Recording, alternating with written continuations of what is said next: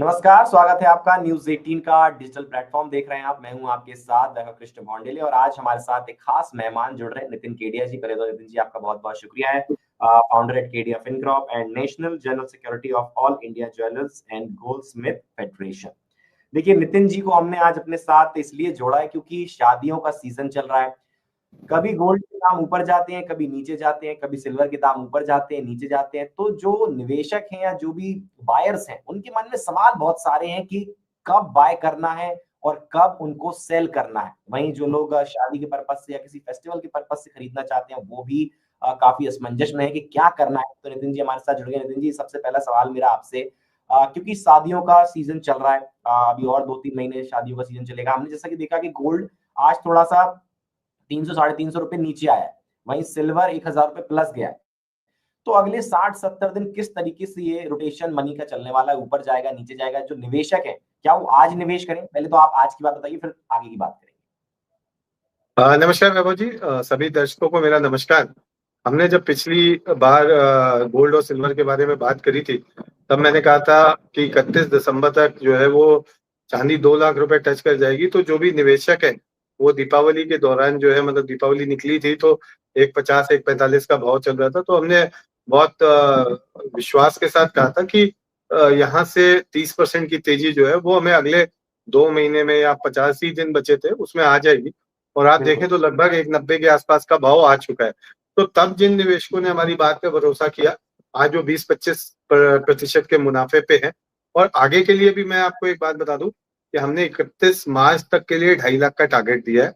आपके प्रश्न के दो भाग थे, आज अगर करना है तो मुझे क्या करना है, और आगे लॉन्ग टर्म के लिए मुझे करना है तो क्या करना है। देखिए, जो इंट्राडे या मान लीजिए 1 या 2 दिन शॉर्ट टर्म के लिए गोल्ड में निवेश करना चाहते हैं, तो अभी भारतीय बाजारों में जो भाव चल रहा है वो 1,30,000 के आसपास चल रहा है।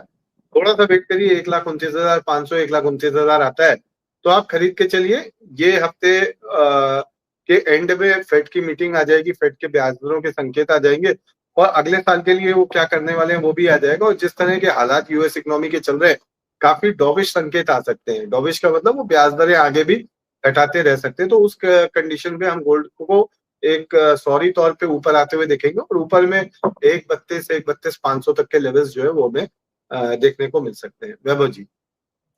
बिल्कुल। तो जैसे कि शादियों का सीजन चल रहा है और अभी चलेगा 60-70 दिन, तो आज अगर मैं चाहूं कि मैं गोल्ड खरीद लूं, तो मैं आज खरीद सकता हूं? या क्योंकि 350 के आसपास नीचे आया है, तो और नीचे जा सकता है? क्या मैं थोड़ा और वेट करूं 4-5 दिन का? वैभव जी, जिनको शादियों के लिए खरीदना है उनको वैसे भी आज खरीद लेना चाहिए, क्योंकि मार्केट में एमसीएक्स से 3,000 रुपए नीचे गोल्ड मिल रहा है इस समय। 2,500 से 3,000 रुपए डिस्काउंट में है, क्योंकि डिमांड जो है वो थोड़ी सी कम है इस समय। तो डिमांड कम होने की वजह से मार्केट में डिस्काउंट है। तो जैसे ही डिमांड बढ़ेगी तो ये जो फिजिकल मार्केट का प्राइस है ये एमसीएक्स के प्राइसेस के बराबर हो जाएगा। तो मेरा तो, जिनको भी अगर मान लीजिए शादियों के लिए भी लेना है, तो इससे अच्छी अपॉर्चुनिटी नहीं मिल सकती कि जहां बाजार में आपको, अगर आप पैसा लेके जाओगे तो हाजिर सोना आपको 3,000 रुपए सस्ता मिल रहा है। तो जिनको भी शादी ब्याह के लिए लेना है, उनको आज या कल में सोना ले लेना चाहिए।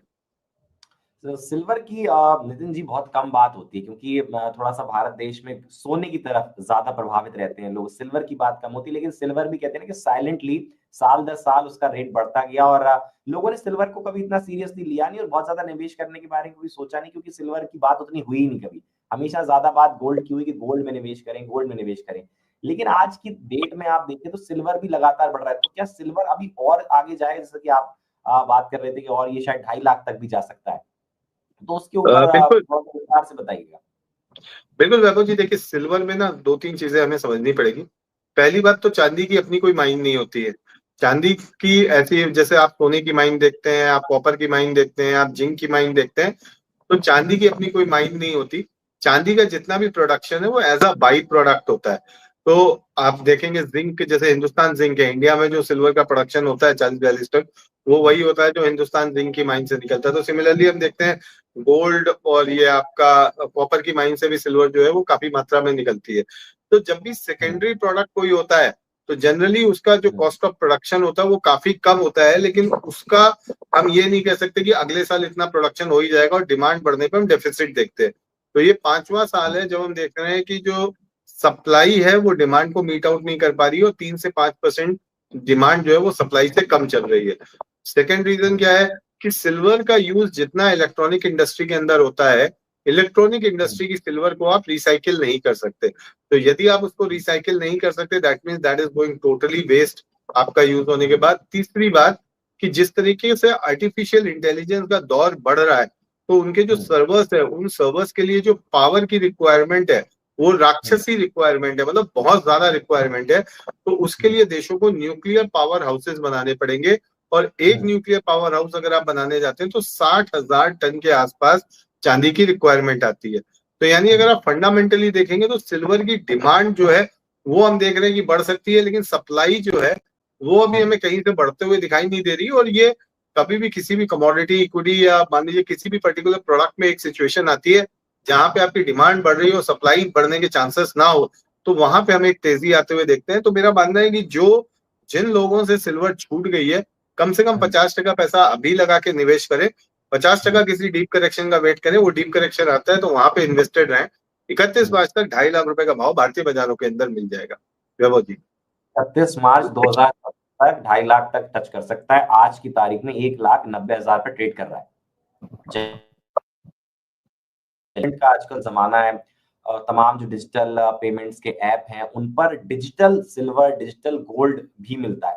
तो उस पर आपका क्या कहना है? क्योंकि उसमें काफी सारे टैक्सेस भी होते हैं। जो नए-नए बच्चे होते हैं, जो यंगस्टर्स होते हैं, जो अभी समझ रहे हैं, जो पुराने निवेशक हैं उनको पता है काफी सारी चीजें। जो नए बायर्स हैं या जो नए निवेशक हैं, जो भी सीख रहे हैं, समझ रहे हैं, उनको आपकी क्या सलाह कि अभी जो रॉ फिजिकल गोल्ड है, फिजिकल सिल्वर है, उसकी तरफ जाएं या फिर आप जा सकते हैं डिजिटल की तरफ भी? देखिए भारत के अंदर 3 माध्यम जहाँ पे आप सुरक्षित हैं और जहाँ रेगुलेटर आपको जो है वो आपको एक सुरक्षा प्रोवाइड करता है, वो 3 है। आप फिजिकल मार्केट में ले सकते हैं, फिजिकल मार्केट आपको बाजार के अंदर मिल रही, दुकानदार कभी भी जो है वो गलत काम नहीं करता। सेकंड, आप ईटीएफ के माध्यम से ले सकते हैं। तीसरा, आप एमसीएक्स के माध्यम से डिलीवरी ले सकते हैं। डिजिटल गोल्ड या सिल्वर की अगर हम बात करते हैं तो उसको कोई भी रेगुलेट नहीं करता है, उसका कहीं भी कोई रेगुलेशन नहीं है।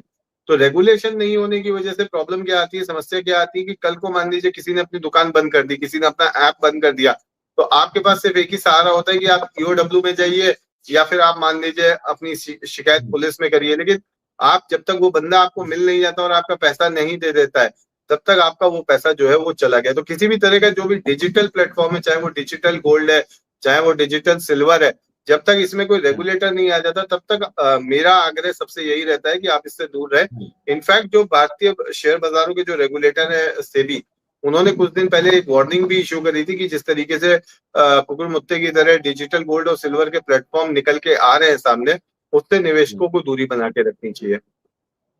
हाँ, तो बिल्कुल देखिए नितिन जी एडवाइस कर रहे हैं बेसिकली कि अगर आप अभी नए निवेशक हैं या फिर पुराने भी हैं तो डिजिटल की तरफ जाने से बेहतर है कि आप जो है फिजिकल गोल्ड और सिल्वर की तरफ जाएं। नितिन जी एक सवाल ये भी, क्योंकि वर्ल्ड लेवल पर बहुत सारी चीजें चल रही हैं, चाहे इजराइल ईरान का वॉर हो, चाहे हमास गाजा हो, चाहे रशिया यूक्रेन हो, तमाम तरीके के वॉर्स भी चल रहे हैं। तो उनका कितना इम्पैक्ट पड़ सकता है आने वाले समय में ग्लोबल लेवल पर? तो देखिए ट्रम्प साहब की एक बड़ी अच्छी खासियत रही है कि इन्होंने ना वॉर्स को बंद कराने की कोशिश करी है और पूरी दुनिया को बिजनेस की तरफ ले जाने की कोशिश करी है। भारत पाकिस्तान में तो हम नहीं कह सकते क्योंकि दोनों ही सरकारों ने इसको डिनाई किया है, लेकिन इसराइल और हमास के बीच में जिस तरह के वॉर्स चल रहे थे उसमें डेफिनेटली हम देख रहे हैं कि इनका रोल बड़ा अहम रहा है, और रशिया और यूक्रेन में भी हम देख रहे हैं कि इनका रोल बड़ा अहम रहा है। तो जियोपॉलिटिकल फ्रंट पे तो मुझे इतने इश्यूज नहीं दिखाई देते, लेकिन जिस तरीके से डॉलर को लेके संशय बन रहा है, क्योंकि ट्रम्प जो है वो बहुत अविश्वसनीय है, बहुत अनसर्टेनिटी लेके आते हैं बाजारों में, तो डॉलर को लेके जिस तरीके की अविश्वसनीयता बनी हुई है, और ब्रिक्स कंट्रीज की अगर हम बात करें तो ब्रिक्स ने अपने आपसी व्यापार के लिए अभी एक यूनिट करके करेंसी लॉन्च करने जा रहे हैं, जिसके अंदर 40% हिस्सा जो है गोल्ड का रहेगा और 60% बाकी देशों की करेंसी की हिस्सेदारी रहेगी। और यदि आपको वैभव जी याद हो तो ट्रम्प जिस समय प्रेसिडेंट बने थे तो उस समय उन्होंने जो सबसे पहली वार्निंग दी थी वो ब्रिक्स कंट्रीज को दी थी कि वो अपना व्यापार किसी एक पर्टिकुलर करेंसी में ना करके डॉलर में ही करे।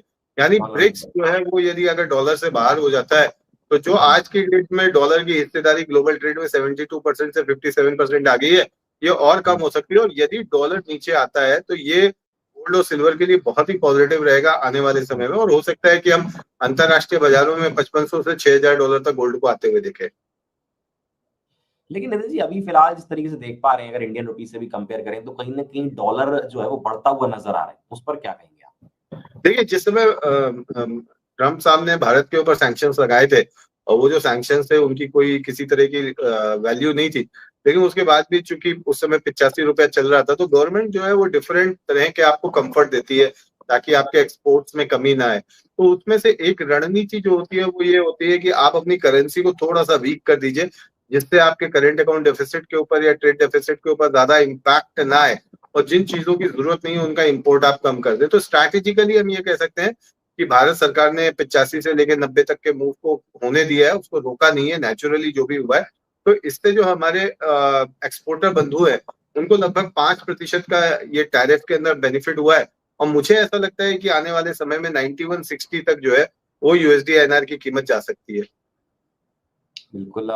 एक एक छोटा सवाल ये भी रहेगा मेरा, क्योंकि आजकल एक चीज चली है, क्योंकि भारतीय जो बाजार है उनमें कई बार ऐसा होता है कि कच्ची जो पर्ची होती है, कई बार कच्ची पर्ची देके आपसी में भी लोग गोल्ड खरीदते हैं, सिल्वर खरीदते हैं, और उन चीजों की वजह से क्या होता है कि जो जीएसटी है, आईजीएसटी है, उसको बचाने के लिए दुकानदार कई बार कच्ची पर्ची दे देता है और कहता है कि विश्वास पे बात कर लो। थोड़ी देर पहले आपने जिक्र भी करा था कि अगर दुकान बंद हो गई या डिजिटल प्लेटफॉर्म बंद हो गया तो कैसे उसका समाधान निकालेंगे। तो उस पर क्या कहेंगे आप, उससे कितना बचना चाहिए? क्योंकि कहीं ना कहीं ऐसी चीजों में जब इंसान फंस जाता है तो फिर उसके बाद निवेशक के तौर पे पैसा निवेश किया था कि रिटर्न मिलेगा, रिटर्न की जगह और पैसा इन्वेस्ट करना पड़ता है कि जो है वो भी बच जाए थोड़ा बहुत।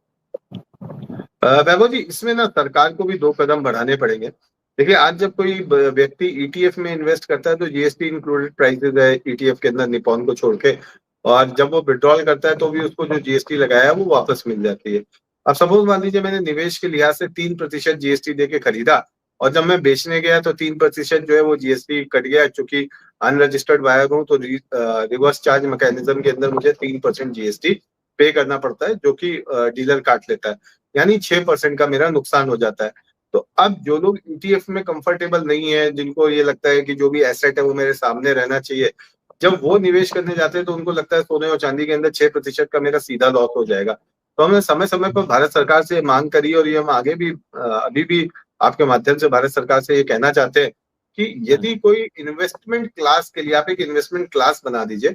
यदि कोई इन्वेस्टमेंट क्लास के लिए सिल्वर के अंदर आ रहा है, और सपोज मान लीजिए वो ब्रिक्स ले रहा है या फिर मान लीजिए कॉइन ले रहा है, जो कि इन्वेस्टेबल ही होते हैं, उसको आप कोई साज सज्जा श्रृंगार के लिए आप यूज नहीं कर सकते, तो इसको जो है वो जीएसटी की परिधि से बाहर रखा जाए, या जब भी जो है वो इन्वेस्टर बेचने आए तो कोई एक ऐसी मैकेनिज्म बने जिसमें उसका जीएसटी का लॉस ना हो। जब तक भारत सरकार इसको लेके अपने कदम नहीं उठाती है, तब तक इस तरह की जो समस्याएं हैं उनसे हमें दो चार होना ही पड़ेगा। बिल्कुल। और थोड़ा सा इस बारे में बताइएगा कि जो असली गोल्ड की पहचान है, क्योंकि बाजार में जब निवेश बढ़ता है और चीजें डिमांड बढ़ती है, सप्लाई बढ़ती है, तो असली और नकली का भी बहुत खेल होता है ना। जैसे बहुत सारे लोगों को जानकारी नहीं है कि 18 कैरेट गोल्ड के क्या मायने हैं, 22 के क्या मायने, 24 के क्या मायने, थोड़ा सा डिफरेंशिएट करके आसान। देखिए, अगर आप 24 कैरेट ले रहे हैं वो 100% है, अगर आप 22 कैरेट ले रहे हैं वो 9160 है। तो ये आपको बिल्कुल बहुत सरल होता है निकालना। आप अगर 22 कैरेट ले रहे हैं तो 22/24 इंटू 100 कर सकते हैं, 18 ले रहे हैं तो 18/24 इंटू 100 कर लेते हैं, तो आपकी प्योरिटी निकल आती है। अब अगर आपको ये संशय है कि जो भी दुकानदार ने मेरे को चूड़ी दी है या गहना दिया है सोने का, उसमें प्योरिटी है या नहीं है, तो भारत के लगभग 350 डिस्ट्रिक्ट के अंदर हॉलमार्किंग मैंडेटरी हो चुकी है। तो यदि आप उस 350 डिस्ट्रिक्ट्स के अंदर आते हैं तो आपको एक HUID नंबर है जो आपकी ज्वेलरी के अंदर मेंशन होगा, और जब आप दुकानदार से उसको ले रहे हो तो आप उससे बोल भी सकते हो कि वो आपके बिल के ऊपर या आपको HUID नंबर जो है वो लिख के दे दे। वो HUID नंबर आप भारत सरकार के BIS ऐप के अंदर जाके डाल सकते हो। तो आप ये आपको लिख के आ जाएगा कि उस पर्टिकुलर जो आभूषण है उसकी प्योरिटी कितनी है, और यदि आपको फिर भी संशय है तो 35 रुपए लगता है उसका खर्चा। आप किसी भी नजदीकी हॉलमार्किंग सेंटर पे जाके दुकानदार को आप बोल सकते हो, वो आपको हॉलमार्किंग करा के वहां का हॉलमार्किंग सर्टिफिकेट जो है वो दे देता है, जिससे आपको प्योरिटी निकल के आ जाती है। अब मैं आपके माध्यम से यहाँ पे जो हमारे निवेशक या ग्राहक होते हैं उनको ये बोलना चाहूंगा कि आप जब भी सोना खरीद रहे हैं तो HUID को देख के वेरीफाई करके खरीदे, और बिल के साथ खरीदे। देखिए, आप 3% बचाने के लिए हो सकता है बिल ना ले, लेकिन कल को अगर उस गोल्ड के अंदर कुछ भी ऊपर नीचे होता है तो आप क्लेम नहीं कर सकते कि आपने कहाँ से खरीदा है उसको या नहीं खरीदा है। लेकिन यदि आपके पास बिल है तो आप उसको कभी भी क्लेम कर सकते हो कि आपके साथ अगर किसी ने धोखाधड़ी करी है। वैसे 350 डिस्ट्रिक्ट में जहाँ पे हॉलमार्किंग आ चुकी है, तो मैं यहाँ पे अपने ग्राहकों को आश्वस्त करना चाहूंगा कि इन 350 डिस्ट्रिक्ट में आप चाहे किसी बड़े कॉर्पोरेट ज्वेलर से ले या किसी छोटे ज्वेलर से ले, सभी एक पायदान में आ चुके हैं। सभी आपको एक ही प्योरिटी का जो बोल रहे हैं वही माल देंगे, लेकिन फिर भी ब्लैक चिप्स कहीं भी हो सकते हैं। अगर ऐसी कोई भी आपको सूचना लगती है या आपको ऐसा लगता है कि आपको गोल्ड पूरा नहीं मिला है, तो आप दुकानदार को बोल सकते हैं, वो 35 रुपए में आपका हॉलमार्क होके वो पर्टिकुलर आर्टिकल आपको मिल जाता है। बिल्कुल। तो देखिए, एक तरफ हमने ये भी चर्चा करी कि आज जो दाम है गोल्ड के और कल क्या दाम होंगे, आने वाले समय में क्या होंगे, 2026 में क्या कुछ देखने को मिलेगा। दूसरी तरफ हमने ये भी बातचीत की कि जो जियोपॉलिटिक्स है उसका कितना असर पड़ेगा। साथ ही ये भी बातचीत की कि डिजिटल में इन्वॉल्व होना है आपको या फिर जो फिजिकल रॉ फॉर्म का गोल्ड है, सिल्वर है, उस तरफ निवेश करें। साथ ही असली नकली की परख कैसे करें। साथ ही कई बार जो नितिन जी ने जिक्र किया कि लोग कच्ची पर्ची ले लेते हैं, लोकल बिल ले लेते हैं और फिर उसके लिए परेशान होते हैं, भटकते फिरते हैं। तमाम जो बातें थी हमने उनका जिक्र किया। नितिन जी, बहुत-बहुत शुक्रिया आपका हमारे साथ जुड़ने के लिए और हमारे दर्शकों शुक्रिया। को तमाम अपनी जो जानकारी थी वो साझा करने के लिए। उनके साथ बहुत-बहुत शुक्रिया सर आपका। शुक्रिया, it's always a pleasure. Thank you sir.